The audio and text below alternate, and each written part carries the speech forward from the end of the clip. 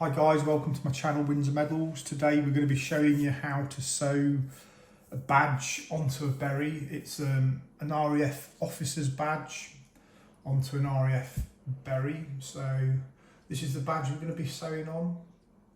This is a New King's Crown badge. It's got the Tudor shape of the crown, real nice badge. Coincidentally, if you do want to get one of these, you can get them from windsormedals.com. They're on the website there.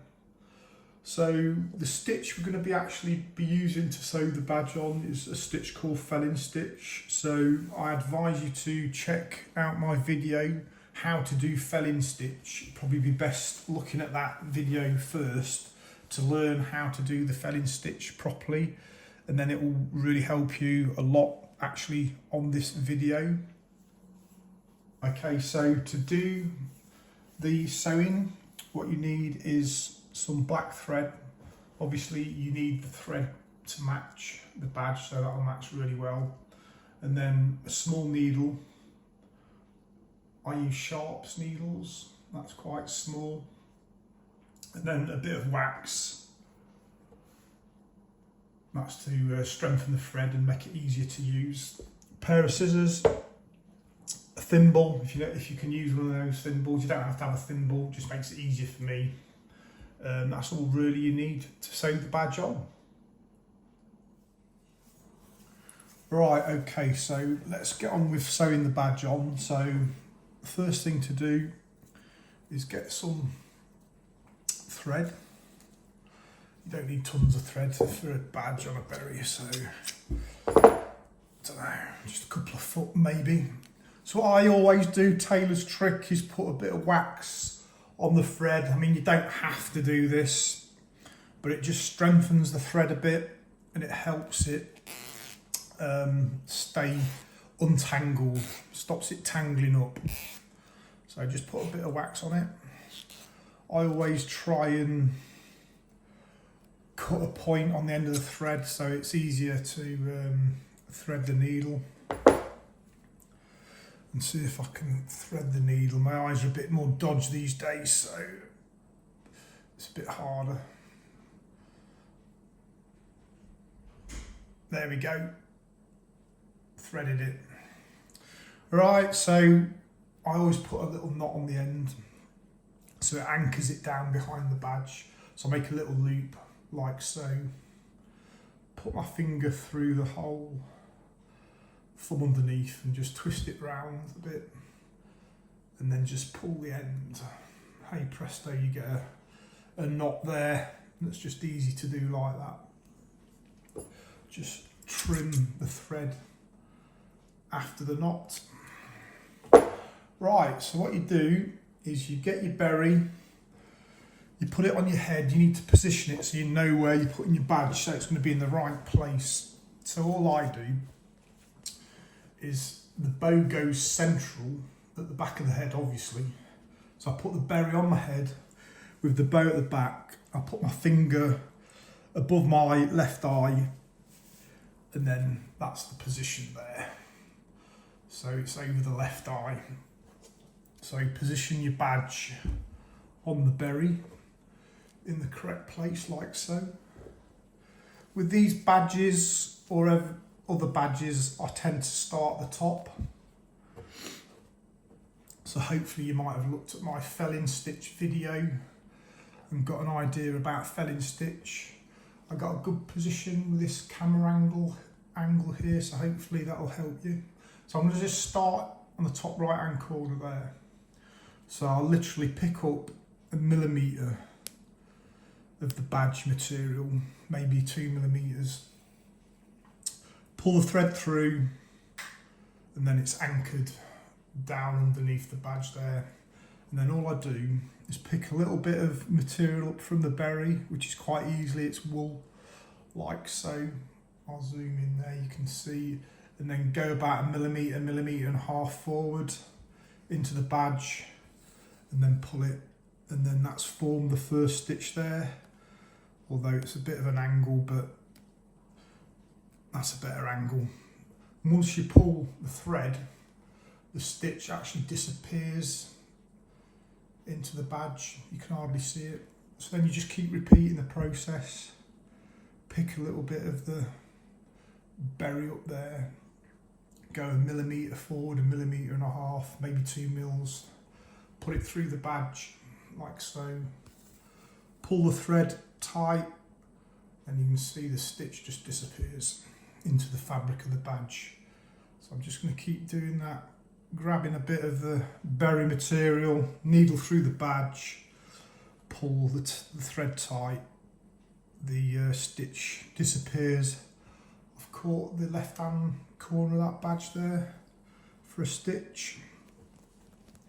And then I'm going to go down this bit now, repeating the process. The stitches are about every 2 to 3 millimetre from the last stitch to the next stitch, and then just keep going down round the badge. So it doesn't really matter what badge you're putting on a berry. If it's an officer's one, they mostly get hand sewn on. So if it's an army badge or a navy badge, it's the same process as this. Just picking up a little bit of the berry fabric into the badge, about 1 millimetre from the edge, and then pull it tight. So I've come quite a way down now. I'm just going to stop, pause, take a breath, have a look at it. Is it straight? Is it not straight? Do I need to move it a bit to the left? Do I need to move it a bit to the right? It's up to you guys as you're doing it. Just keep stopping and readjusting to make sure it's straight. This way, you know when you've finished sewing it, it will be straight. Where if you just plough on ahead and sew the whole half of the badge and then look at it, it's a bit skew width. It's not straight. It's harder to straighten it up then because you've put so many stitches in. So I'm just going to go around the badge every 2 or 3 millimetres space between the stitching, bringing the needle up about 1 millimetre, 1.5 millimetres into the badge. If you do come up a bit deeper into the badge, don't worry too much. It's black thread. You pull the stitch tight. Look, I've come up about 4 mils there, 3 mils. If you pull it tight, the stitch disappears into the softness of the fabric of the badge, so it becomes invisible. And then at the end of the sewing period, what I do is I brush it off and steam it, and then if there's any wax on the thread or if there's any visible stitches, it tends to disappear then, especially if you're brushing the fibres of the badge, it hides the stitch. So I'm just going to stop again, have a look, see it's sort of pulling up to the right there, it's not so straight, so I'm glad I've looked now and stopped. So I've just pulled it down a bit, straightened it up. I think you get the gist of it. As long as you keep stopping and looking, you will get the badge on nice and straight. So just keep going along, following the badge around, going anti-clockwise.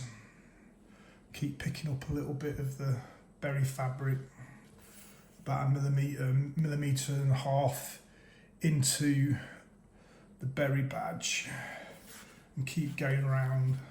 So every time you form a stitch, you can see where that last stitch has come out there. You put the needle directly just behind where that stitch was, and then go forward 2 or 3 millimetres.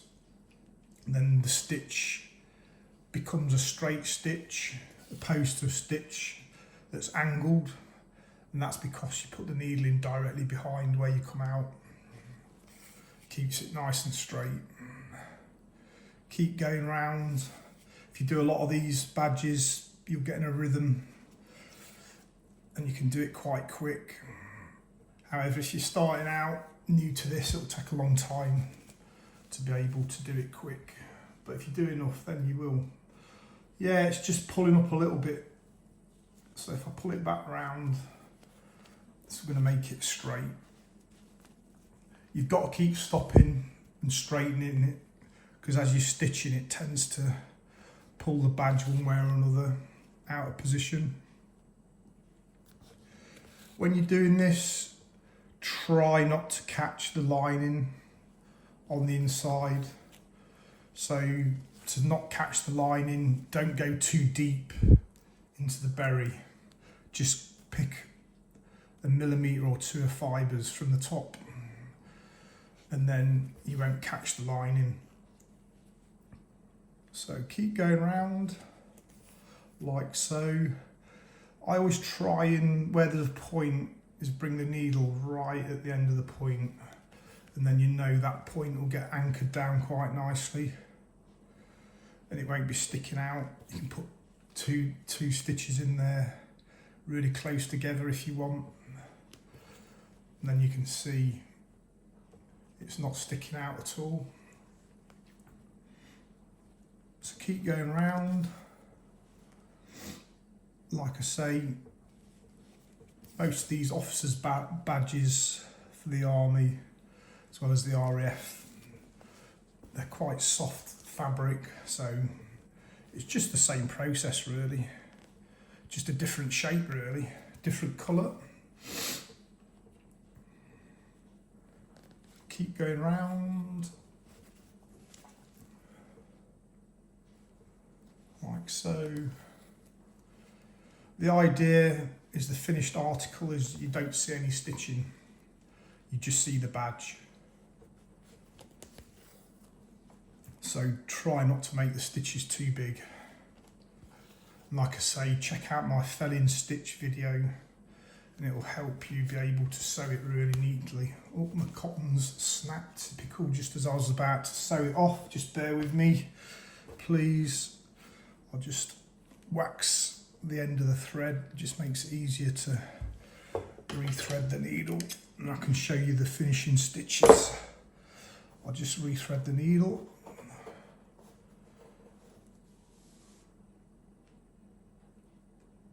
Right, I threaded that straight away, sorry about that. Right, so I'm just coming back to where I started originally, so that's where you want to end up. You just over sew basically over the stitches you've already put in there, like so.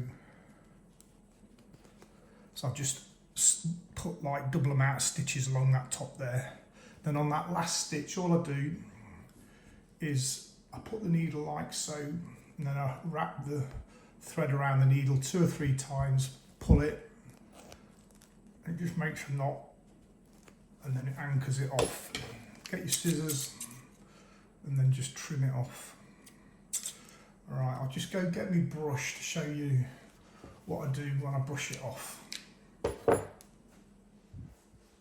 Right, okay, I've just gone and got my brushes. So I've got 2 tailor's brushes here, different sizes.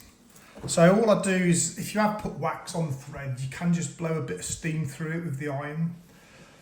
Just looking at that badge though, I personally can't see any stitches, so they're pretty invisible already, which is really good. But just blow a bit of steam through and then just lightly brush the badge. It just raises the fibres a bit to make sure it covers all the stitches. So that badge is pretty straight, pretty happy with that. So I hope you've enjoyed this quick little video on how to sew RAF officer's badge onto a RAF beret. If you have a go at this and you're successful, it's helped you, please leave a comment, or if you've got any questions, please feel free. I love hearing from you guys. If you've not subscribed, please subscribe. And I'll be bringing lots of new content to the channel, lots of tailoring jobs. I'll be telling you about a lot of information about medals and British military. So thanks again for watching, and hopefully we'll catch you in the next video. Thanks, bye.